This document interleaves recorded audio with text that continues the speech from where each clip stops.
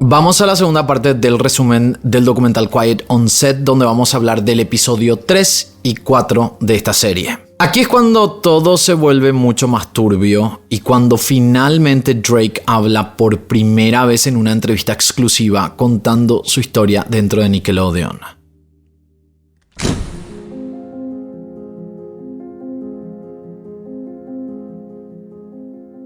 En enero de 2004, Dan Schneider lanzó uno de los shows más importantes de Nickelodeon. Estamos hablando de Drake y Josh con los actores Drake Bell y Josh Peck. Este episodio del documental está centrado en Drake, específicamente porque él aparece en el show siendo entrevistado y contando por primera vez su historia. Su papá, llamado Joe Bell, también aparece en este episodio siendo entrevistado, dicho sea de paso. Drake en esta entrevista cuenta que empezó a actuar cuando tenía 5 años y que sus padres estaban pasando por un divorcio en ese momento. El tema de actuar era algo que lo unió más con su papá. En ese momento él había conseguido un contrato con una empresa de management llamada Coast Kids, que básicamente trabajaba exclusivamente con niños y niñas actores, les agendaban audiciones y así Drake empezó a conseguir sus primeros trabajos. Inicialmente, como cualquier actor, hizo comerciales y después empezó a aparecer como actor invitado en series importantes como Seinfeld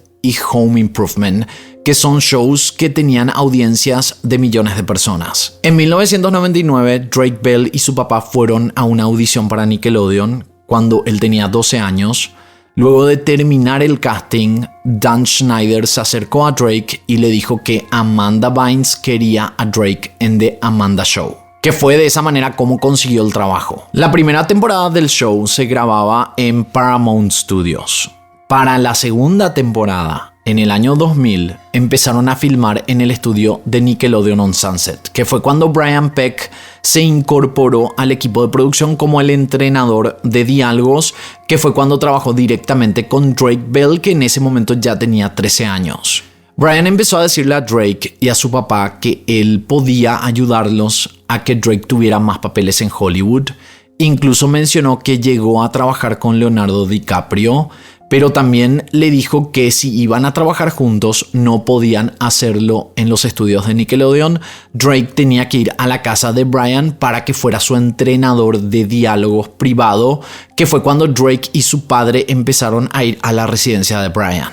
Es importante aclarar que el papá de Drake iba con él a todas partes y todos los entrenamientos se hacían con la supervisión de Joe Bell. Con los meses, Joe empezó a notar que Brian estaba cada vez más tiempo con Drake. Drake comenta en su entrevista que él desde chico era fanático de las películas antiguas y la historia de Hollywood y que Brian sabía mucho de esto, lo que lo llevó a pasar mucho más tiempo con él escuchando las historias de Brian.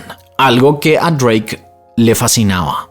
Joe Bell asegura en un momento que una vez estaba en el camerino con su hijo y que Brian apareció de la nada. Parecía que buscaba cualquier excusa para tocar a su hijo.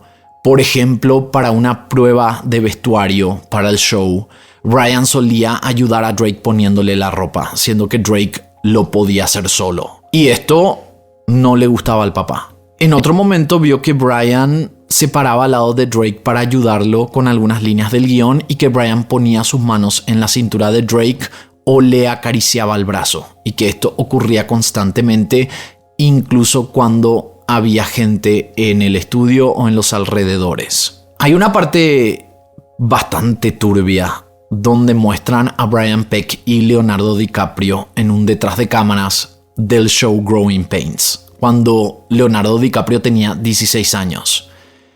En estas tomas se veía casi lo mismo que el papá de Drake estaba explicando en el documental.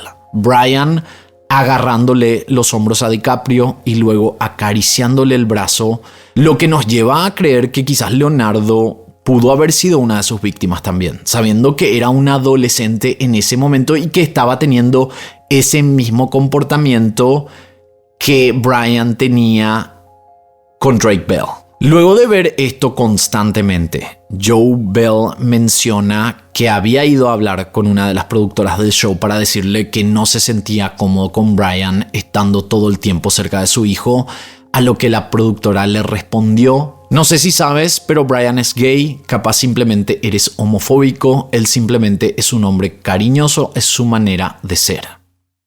Antes de seguir con este caso, te recuerdo que un like tuyo ayuda muchísimo en estos videos. Además, si todavía no estás suscrito, puedes apretar el botón de subscribe o de suscribirse y apretar la campanita para que te avise cuando hay un video nuevo. Estamos creciendo muchísimo en el sector de miembros, ya somos más de 600 miembros del sector VIP del canal. Por tan solo $0.99 al mes tenés los videos antes y sin comerciales, los emojis exclusivos y la insignia de batería que se va cargando con los meses. Por último, no te olvides de seguirme en mis otras redes sociales, especialmente en TikTok e Instagram, donde subo contenido extra, casos en tendencia y de todo. Estoy como @Paul_Landó. Ahora sí, seguimos con este caso. Mientras filmaban la segunda temporada de The Amanda Show, fue cuando le propusieron a Drake y Josh tener su propio show, porque Nickelodeon estaba buscando una nueva opción que involucrara a dos personajes varones. Fue en ese momento cuando Brian empezó a intentar ser más cercano a Drake, y hasta le llegó a mencionar que su papá no tenía que ser más su manager, algo que hizo que Joe Bell fuera a reclamarle esto y le dijo que no se metiera en las decisiones de ambos. Brian empezó a ir a los conciertos que hacía Drake, incluso cuando eran en otra ciudad que quedaba a horas de Los Ángeles. Ahora nos vamos hasta el 28 de mayo del año 2001. Drake se iba a presentar en un evento llamado The Strawberry Festival. Este era un evento importante para Drake. Sin sorpresas, Brian Peck fue al concierto, pero el padre de Drake se dio cuenta que Brian y sus amigos estaban detrás de Drake en todo momento. En junio de 2001 se acercaba el cumpleaños de Drake, él iba a cumplir 15 años y Brian se había ofrecido para dar su casa para hacer el festejo en su residencia. Le dijo que podían colocar un escenario para que Drake y su banda tocaran. Además, iba a poder invitar a todos sus amigos y los compañeros de trabajo del show de Nickelodeon. En este cumpleaños fue cuando el papá de Drake empezó a ver los regalos que él había recibido y se dio cuenta que los amigos de Brian, quienes habían ido al concierto unos meses atrás, le habían obsequiado regalos con connotaciones indecentes y cartas en donde habían comentarios desubicados que no deberían ser para un menor de edad. Todo esto se iba acumulando mientras el padre de Drake intentaba ver cómo hacer que Brian ya no estuviera tanto con su hijo, pero al mismo tiempo tratando de no afectar la carrera de Drake. Brian empezó a darse cuenta que cada vez que trataba de hablar con Drake, su padre lo sacaba de ahí, que fue cuando Brian empezó a decirle a Drake que él no confiaba en su papá porque sentía que le estaba robando dinero, además de decirle que a nadie en la producción le gustaba que Joe estuviera en el set mientras grababan. Aquí fue cuando la estrategia de Brian empezó a hacer efecto. Tenemos que decir que Drake tenía 15 años, a esa edad es fácil de ser manipulado, y Drake veía a Brian como un hombre experto en Hollywood que sabía mucho más de la industria que su papá. Entonces Drake empezó a alejarse de su padre, creyendo las mentiras que Brian le estaba diciendo. Los padres de Drake no tenían una buena relación, que fue cuando Brian empezó a hablar con la madre de Drake, diciéndole las mismas cosas que le decía a Drake, lo que hizo que la madre se pusiera del lado de Brian. En un momento, la madre de Drake llamó a Joe Bell y le dijo que Drake ya no quería que él fuera su manager y que ella se iba a encargar de esa parte de la carrera de su hijo.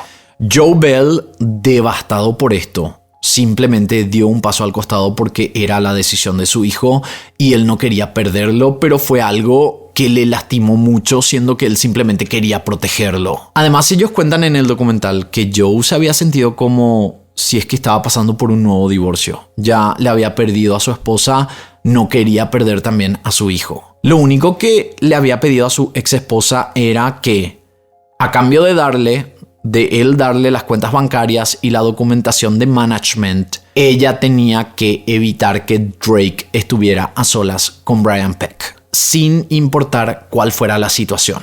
Ahora, a la madre de Drake no le gustaba manejar. Siendo la manager, ella tendría que llevar a su hijo a las audiciones que Drake tenía que ir. Muchas de estas eran en Los Ángeles, siendo que Drake vivía en ese momento con su mamá en Orange County. Fue así que Brian empezó a hacer el papel de manager. Buscaba a Drake, lo llevaba a audiciones y a veces, porque habían audiciones hasta las 10, 11, inclusive medianoche, le decía a Drake que podía quedarse en su casa, a lo que Drake simplemente aceptaba. En los primeros meses haciendo esto, todo era normal.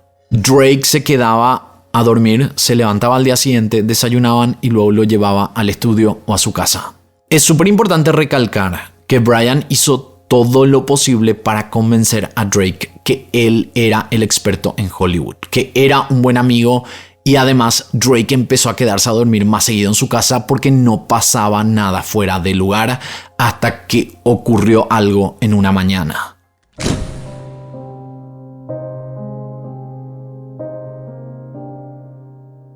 Esta es la parte más fuerte del episodio 3 de este documental. Drake empieza a relatar cómo fue el primer abuso. Él menciona que una noche antes había ido a audiciones y como venía haciéndolo, se quedó a dormir en la casa de Brian y que él siempre se quedaba a dormir en el sillón de la sala. A la mañana siguiente, él se levantó porque sintió algo, que fue cuando vio que Brian le estaba haciendo cosas. Él comenta que se quedó inmóvil, no sabía qué hacer, con miedo. Y un poco después Brian se dio cuenta de la incomodidad de Drake, que fue cuando le pidió disculpas y le dijo que no sabía por qué había hecho eso y que no lo volvería a hacer. Para esta parte es importante hablar de la psicología de un menor, porque muchos quizás no van a entender por qué pasaron los abusos. Y ya veo en los comentarios a gente diciendo, pero sí lo hizo una vez porque Drake siguió yendo a la casa de Brian. Aquí hay una diferencia de poderes enorme. Un menor de 15 años con un hombre en sus 40s, con una posición importante en Nickelodeon, y el temor que Drake tenía al enfrentarse a una figura como Brian, hay que tomar en cuenta. Aparte, Brian era el que le estaba consiguiendo todos los contactos para audiciones y le presentaba constantemente a personas poderosas e importantes de Hollywood. Esto es mucho más complejo que analizar como blanco o negro. Brian elaboró este plan por años. Lo puso a Drake en una posición delicada, sabiendo que si hablaba o dejaba de verlo, su carrera probablemente caería. Aparte, Drake a sus 15 años tenía miedo de hablar, por varias razones más, siendo una de ellas el ser hombre. Él pensaba que contar este secreto lo podría llenar de vergüenza y que los demás lo empezarían a mirar de manera diferente, por todos los estigmas que existen en torno a los varones. Acá voy a hacer un paréntesis súper corto, ténganme paciencia, pero quiero hablar de una experiencia mía que tiene que ver con esto. Yo me acuerdo que a los 19 años aproximadamente, un hombre que era encargado de una sastrería muy importante de la ciudad de Asunción en Paraguay me había convocado para ser modelo de su tienda. Yo en esa época trabajaba como modelo publicitario para marcas. No era modelo de alta costura ni de pasarela, simplemente aparecían comerciales o fotografías. Entonces no era raro para mí recibir una invitación para ser parte de una campaña. Ahora, la manera en la que se contactó conmigo me hizo dudar. Este era un hombre en sus 50s y me había citado para hacer la prueba del traje porque era una sastrería. A lo que yo fui, pero me fui con un amigo porque sentía que algo no andaba bien. Cuando llegué al lugar, este hombre estaba completamente solo y me di cuenta que estaba enojado porque yo le había llevado a alguien. Él me reclamó esto y yo simplemente le dije que después tenía que ir a otro lugar con este amigo, por eso lo había llevado. Este hombre me echó del lugar y después empezó a llamarme constantemente y a dejarme mensajes de voz amenazándome sin parar por semanas. Y a mí a los 19 años me dio muchísimo miedo porque yo era medio nuevo en ese mundo. Él me había dicho que iba a hablar con todos sus contactos para que yo nunca más trabajara en ningún lugar. Porque estamos hablando de una sastrería muy conocida de Paraguay, que tenía patrocinio en todos los medios más importantes del país. Esto llegó al punto en el que yo ya no atendía llamados de números desconocidos porque esta persona empezó a llamarme de diferentes números, incluso cuando yo bloqueaba sus números de teléfono. Hasta que finalmente decidí cambiar de número, ahí paró todo y un poco después yo me fui a cenar con una amiga que trabaja en producciones audiovisuales en Paraguay y le conté lo que me había pasado, que fue cuando ella me dijo que ese mismo hombre le había sacado un arma a otro modelo en una situación similar, lo que hizo que el modelo saliera corriendo del local y nunca aparentemente lo denunció. Hablar de esto no es fácil, no es algo que todos te creen. Y hoy por hoy yo no tengo evidencias, por eso no puedo decir el nombre de la persona ni el local, porque me va a caer una demanda. Estas personas en posiciones de poder aprovechan el poder que tienen. Lo peor de todo fue que este hombre que me hizo esto no era el dueño de la sastrería, él era el hermano del dueño. Entonces yo después me comunico con el dueño, que era el hermano como dije, y mi intención era decirle lo que me había pasado, pero para ver si es que él podía hablar con su hermano para que a nadie más le pasara eso. El dueño me empezó a insultar y a decirme que yo era homofóbico porque supuestamente yo estaba haciendo eso para quebrar la reputación de su hermano y de su local. Y este hombre probablemente hacía esto con varios modelos. Y quién sabe si alguno llegó a ser víctima de abuso. Yo me salvé porque tuve ese instinto que me decía que algo no estaba bien. Pero imagínense que le hubiera ocurrido esto a un modelo de 15 a 17 años, recién empezando en su carrera. A veces hay que ponerse también en el lugar de los hombres que son víctimas. No es fácil de hablar y hay mucha vergüenza en torno a estas situaciones. Y cuento mi experiencia para que se entienda mucho mejor por qué Drake probablemente seguía volviendo a su abusadora. Lo único que voy a decir para cerrar esta mini historia que conté es que no es la empresa Luomo, que es una de las más conocidas. Es completamente otra sastrería. Y es mi experiencia y es una lástima que sin evidencias no puedo hablar libremente de quiénes son estas personas, porque quizás siguen habiendo víctimas. Y ojalá alguna vez alguna víctima tenga las evidencias suficientes para denunciar a este hombre, al dueño y también a la empresa.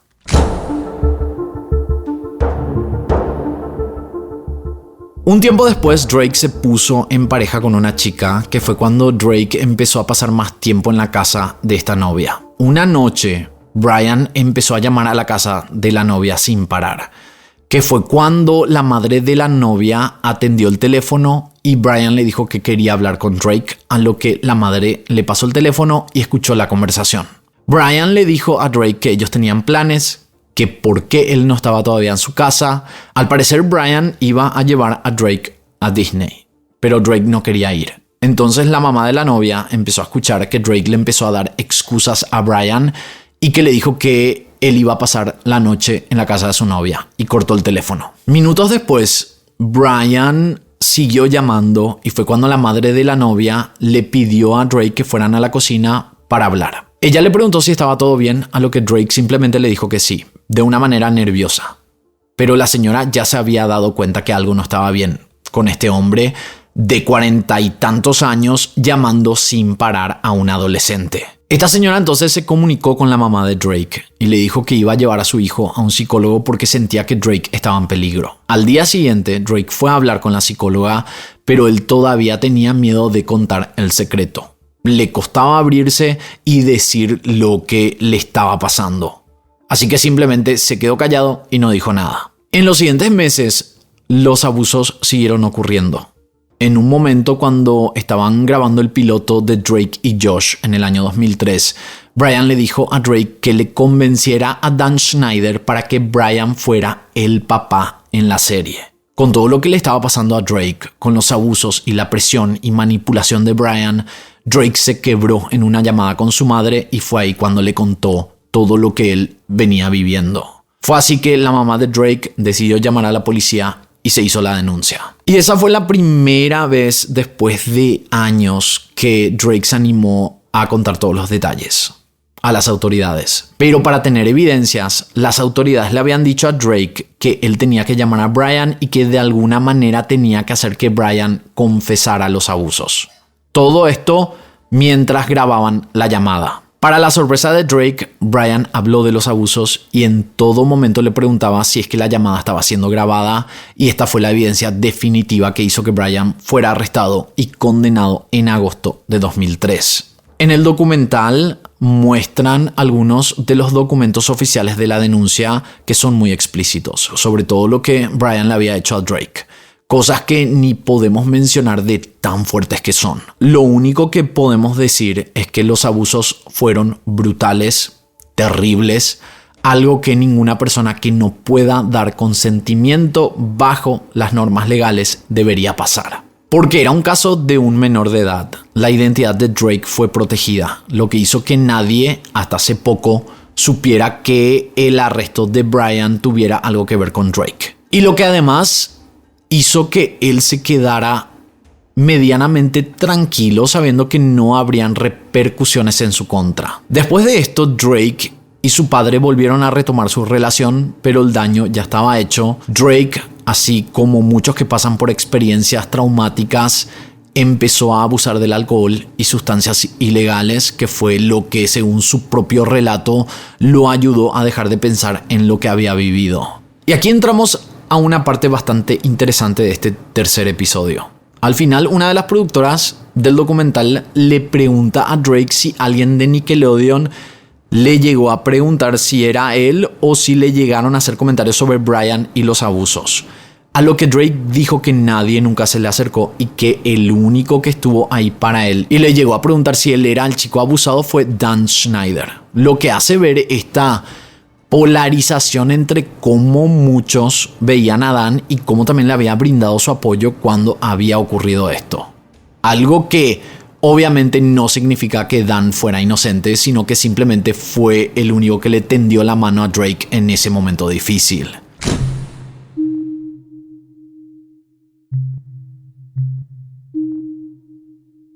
Ahora pasamos al último episodio de este documental. Esta parte inicia con el juicio a Brian Peck, con varios cargos relacionados a abuso de un menor de edad. Brian se declaró como no contest, que sería en español como cuando una persona no se declara como culpable pero no refuta los cargos. Esta es una estrategia que se suele usar para tener una condena menor, porque al declararse inocente y ser encontrado como culpable, las sentencias son más fuertes, mientras que al declararse como culpable puede darte una sentencia menor, pero igual está el peso de haber aceptado los cargos, lo que hace que al no refutar los cargos te encuentres en una posición neutra. Brian Peck fue condenado a tan solo 16 meses de prisión y también a ser registrado como un abusador sexual. Aquí entramos a una parte que hasta el lanzamiento de este documental no se sabía. En el juicio de Brian Peck se recibieron decenas de cartas que se admitieron para que el juez pudiera determinar mejor la condena. Estas cartas se mantuvieron como privadas hasta que la producción del documental solicitó al gobierno que las liberaran, así viendo quienes estuvieron del lado de Brian Peck para recibir una condena tan baja. Y aquí es importante mencionar que dependiendo de la persona, la posición y el poder que ésta tuviera, puede hacer que el juez beneficie al condenado. Por eso era importante ver quiénes de Hollywood escribieron cartas a favor de Brian Peck. En total se recibieron 41 cartas, la mayoría de amigos y familiares de Brian que pedían que lo condenaran a libertad condicional. El documental quería ver si había alguien dentro de Nickelodeon que había enviado las cartas de apoyo o personas importantes dentro de Hollywood. Ahí se encontraron con que el actor James Marsden, un actor muy conocido que estuvo en producciones como Saved by the Bell, The Notebook y en los últimos años en el reality show Jury Duty, que se volvió viral por su originalidad, él en su carta puso que Brian sufrió mucho desde agosto de 2003 y que es una buena persona y muy respetada, que lo que Brian vivió en los últimos años es equivalente al sufrimiento de 100 hombres. Él también en esta carta puso que no intenta poner a Brian como víctima, pero que está seguro que ya aprendió su lección. Otro actor de Hollywood que envió una carta fue Taran Killam de How I Met Your Mother, que dicho sea de paso también fue un niño de Nickelodeon y también llegó a aparecer en capítulos de Drake y Josh junto a Drake Bell. En su carta él decía lo siguiente: Cuando me enteré de que Brian fue arrestado, estaba conmocionado. Esto tiene que ser un error, no es algo que Brian haría. He visto lo mal que afectó a Brian y estoy seguro que ha aprendido de sus errores. Brian es una persona que no pertenece a la prisión. Otros personajes de Hollywood que aparecen en esta lista son Alan Thicke, el productor de X-Men, Tom DeSanto, Ron Melendez, Ryder Strong y Will Friedle. Hubo una carta que fue escrita por Joanna Kerns, actriz de Growing Pains, el show donde Brian Peck trabajaba junto a Leonardo DiCaprio, que mencionamos algo referente a esto. Y esta carta decía: Brian tuvo que haber sido influenciado por una presión extraordinaria o increíble tentación que resultaron en estas acciones. Lo que da a entender que básicamente estaba diciendo que el culpable real era la víctima. Era Drake. Y varias de estas cartas tenían un lenguaje similar, usando la palabra tentación en varias partes. Joanna Kern, que fue esta actriz de Hollywood, que fue la última que escribió esta carta, había sido contactada por la producción del documental y ella dio una respuesta a esto. Ella dijo: he aprendido que esta carta la escribí basándome en desinformación, sabiendo lo que sé ahora, jamás hubiera escrito esa carta. Otra actriz que dejó una carta fue Kimmy Robertson. Ella escribió: siento con todo mi corazón que Brian fue presionado y empujado a cometer esto. Dentro de Nickelodeon, los únicos que llegaron a mandar cartas fueron Rich Correll, que fue un director que trabajó en The Amanda Show y trabajó junto a Drake, y su esposa llamada Beth Correll, que ella también era empleada de Nickelodeon y trabajaba en ese mismo programa, pero como manager del estudio. Ellos le llegaron a mandar una carta que decía: para mí será un placer volver a trabajar con Brian. Cuando Brian Peck salió de prisión, Disney Channel lo contrató para trabajar en el show The Sweet Life of Zack and Cody, lo cual es sorprendente luego de esta condena, porque uno pensaría que ya no volvería a trabajar con menores. Y en este programa, además, él fue compañero de Rich y Beth Correll, estos últimos que mandaron las cartas de apoyo para tratar de que Brian Peck tuviera una condena menor. Esto demostraba que Hollywood se manejaba de esta manera, con el apoyo de personas que tienen mucho poder y que tienen un nombre, un apellido, lo que hace que mucho quede en secreto y muchas veces también que pasen cosas como estas, que las condenas son muy bajas. E imagínense, sabiendo que tantas personas de renombre apoyaban a un P convicto, las puertas que posiblemente se le cerraron a Drake luego de saber que por su culpa, entre comillas, Brian había ido a prisión. Y peor aún, un canal como Disney Channel, sabiendo quién era Brian Peck, lo contrataron para trabajar en programas donde habían niños. Ahora pasamos al año 2005, donde tenemos que hablar de la tercera persona dentro de Nickelodeon que fue también condenada por ser P. Estamos hablando de Essel Channel.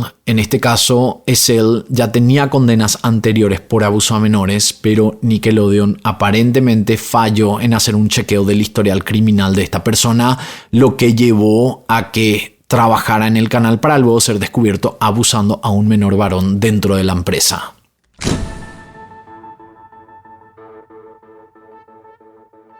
Luego de todas estas controversias, el canal mejoró sus políticas de contratos e hizo que cada empleado fuera analizado a profundidad. A mediados de los años 2000, Nickelodeon empezó a crear nuevos programas de televisión de donde salieron figuras importantes que hoy por hoy son celebridades a niveles globales, como lo son Ariana Grande y Miranda Cosgrove. Con la llegada de estos nuevos shows, Nickelodeon empezó a generar muchísimo dinero y consecuentemente Dan Schneider también, lo que le dio mucho más poder dentro de Hollywood. Además, porque Disney Channel empezó a lanzar sus propios shows como Hannah Montana con Miley Cyrus, lo que hizo que Dan fuera una pieza fundamental para competir con Disney Channel. Con el inicio de las redes sociales, Dan fue uno de los primeros que empezó a subir contenido extra de los programas. Estos videos que los filmaba Dan demostraban la incomodidad de los actores y cómo todos simplemente aceptaban las bromas de Dan porque él tenía demasiado poder en Nickelodeon. Fue en estos shows cuando se empezó a ver mucho más el humor de doble sentido de Dan Schneider, con escenas que parecían sacadas de una mente perversa. Desde hacerle arrodillar a Miranda Cosgrove mientras le tiraban un chorro de agua en la boca, o la escena que ya vimos de Ariana Grande e incluso referencias a pies y otras situaciones que no van de la mano con producciones para menores de edad. Alexa Nicolas, la actriz que estaba en Zoey 101, aparece bastante en este episodio hablando de su experiencia trabajando en Nickelodeon y también con Dan Schneider. Ella comenta que una de las situaciones más incómodas fue una escena que hizo con Jamie Lynn Spears, la hermana de Britney Spears y también la protagonista de este show, que fue cuando ella tenía que abrir un dulce con los dientes y cuando logra abrirlo, el dulce, que era de una consistencia viscosa, se le va a la cara de Jamie Lynn. Que fue lo mismo que comentamos en la primera parte de este video,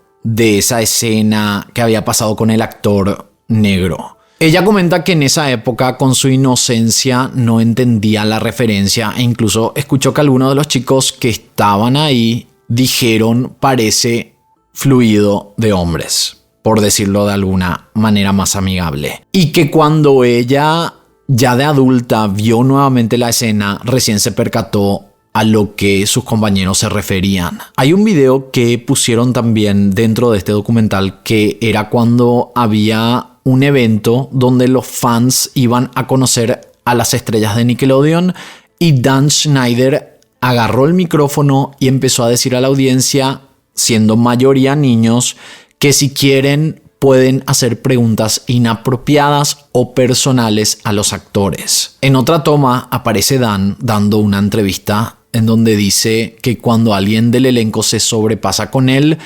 luego escribe situaciones en los shows para humillarlos como venganza. Con el poder que Dan tenía, varios que trabajaban en la producción empezaron a ver que Dan pedía masajes en el set, que también había pasado en la primera etapa de trabajo de Nickelodeon antes de que Dan hubiera ido a trabajar a Warner Channel. Muchas veces a empleadas mujeres de Nickelodeon y en otras ocasiones a las actrices menores de edad. En el año 2014, en los Kids Choice Awards, todas las figuras más importantes de Nickelodeon habían ido a la entrega de premios, menos una persona, una niña, que era Jennette McCurdy. Y ella además era una de las figuras más importantes de esa época porque en esos años ella era coprotagonista del show Sam and Cat junto a Ariana Grande. 8 años después, Jennette McCurdy lanzó un libro donde hablaba sobre lo difícil que fue su vida como una estrella menor de edad, los abusos de su madre y en muchas partes hacía referencia a el productor, sin dar nombre y apellido, pero que todos empezaron a analizar que se trataba de Dan Schneider. En este libro ella habla de este productor como una persona increíblemente abusiva, que decía nombres ofensivos constantemente y que daba miedo. Y muchos empezaron a analizar que los Kids Choice Awards no solo entregaban premios a los actores y a las personas más populares del mundo de Hollywood para los menores de edad, sino que parecía también una plataforma para honrar a Dan Schneider. Jennette posiblemente se negaba a ser parte de algo que colocaba a Dan como casi un dios, siendo que detrás de cámaras era increíblemente abusivo. Gracias a Jennette McCurdy, Nickelodeon realizó una investigación. Esto ocurrió cuando la mamá de Jennette murió en el 2014, luego de luchar contra el cáncer. Lo que pasó fue que Jennette se tomó una semana libre por la muerte de su madre y luego fue obligada a volver a las grabaciones, lo que hizo que muchos en la producción se preocuparan por el estado de la actriz. Y varios de estos productores reportaron este hecho como una decisión desacertada porque Jennette no estaba bien y necesitaba más tiempo para sobrellevar la muerte de su madre. Con esta investigación, muchos hablaron de los abusos de Dan y que fue cuando los ejecutivos de Nickelodeon le prohibieron a Dan Schneider tener cualquier tipo de contacto con los actores de los shows. Dan Schneider en este documental fue contactado por la producción y él había mencionado que esto jamás pasó, que simplemente él había decidido que iba a dar sus comentarios desde su oficina.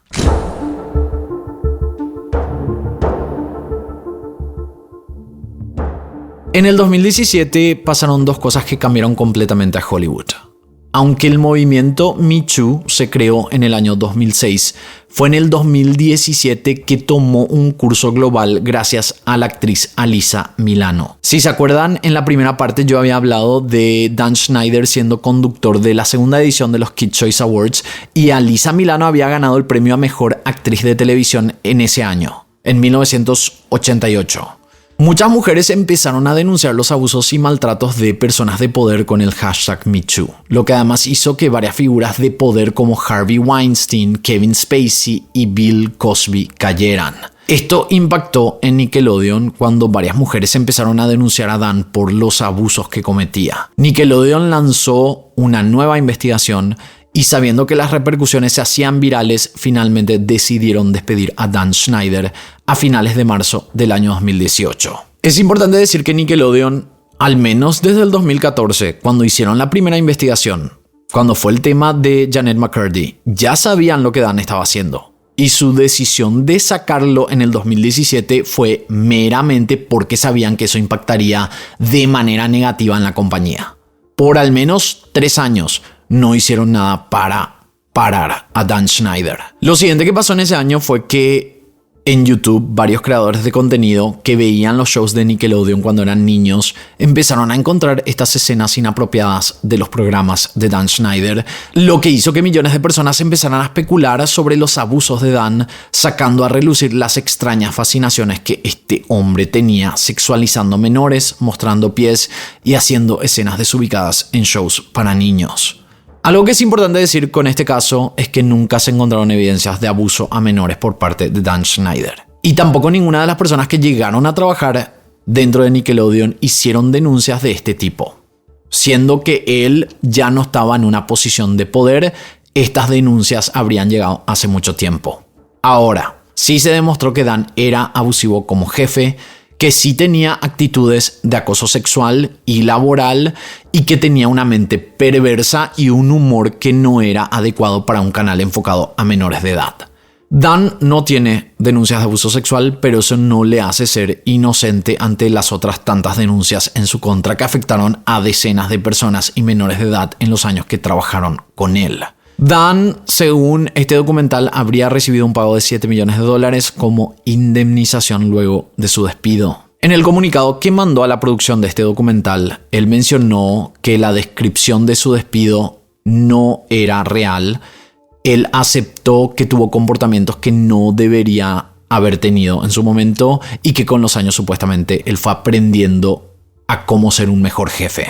La única que realmente falta que diga si pasó algo criminal es Amanda Bynes. Y ella es la representación de las consecuencias que atrajo haber trabajado con una persona como Dan Schneider como menor de edad. Y también el haber sido una actriz muy exitosa desde muy chica en Hollywood. No sé si existe otro actor u otra actriz, me imagino que habrán otras, pero dentro de Nickelodeon que haya tenido ese nivel de problemas como tuvo Amanda Bynes. Los otros también sufrieron. Obviamente está el caso de Drake Bell, que sufrió muchísimo, pero si vemos cómo está Amanda Bynes hoy en la actualidad, se nota que la pasó muy mal, que algo más había pasado con esta actriz. Pudo haber sido el tema de abuso de sustancias, alcohol. Muchos de estos chicos terminan de esa manera, pero no sé si alguna vez vi a alguien dentro de Nickelodeon que se vea como Amanda Bynes se ve actualmente. Igual, hoy por hoy ella maneja sus redes sociales, al parecer está un poco mejor que años atrás, pero recién sabremos la verdad cuando Amanda se decida hablar y si es que quiere hablar. Se nota que ella no quiere mencionar nada sobre su pasado y actualmente, a pesar de que muchos siguen preocupados por ella, como dije, se la ve mucho mejor tratando de vivir una vida normal. Este fue el resumen completo de los 4 episodios del documental Quiet on Set. Aunque todavía no está habilitado en Latinoamérica, creo.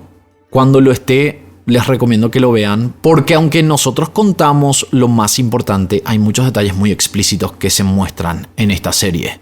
Espero sus comentarios aquí abajo y de esta manera nosotros nos encontraremos en la próxima historia.